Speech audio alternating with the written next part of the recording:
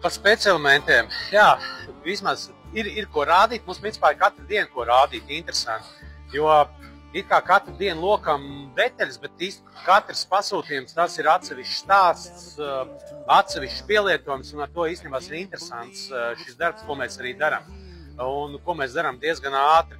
Un šeit īstenībā ir vērts šo darbu mazliet izcelt, kas ir tā kā nestandarts, varbūt ar citiem darbiem. Tad nestandarts bieži vien ir kaut kāds interesants detaļas, bet šī situācijā varbūt te ir standarta detaļas, bet šeit ir ļoti, ļoti liels apjoms.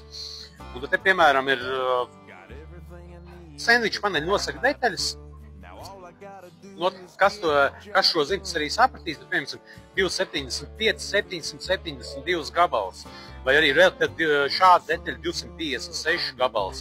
Te kopējais apjoms, kam ir jābūt gatavam šovakar, konkrēti tikai šim pasūtījumam, ir 4299 metri. To, protams, vienā dienā to nav iespējams izdarīt. Te būs aptuveni... Jāni, cik dienas šito taisīs? Cik dienas bija plānot šito taisīt?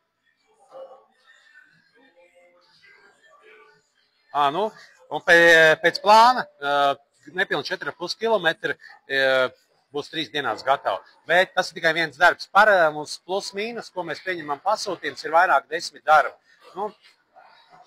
Var redzēt, uz pārējā darba galda arī nav atzisuši un gaida pasūtījums.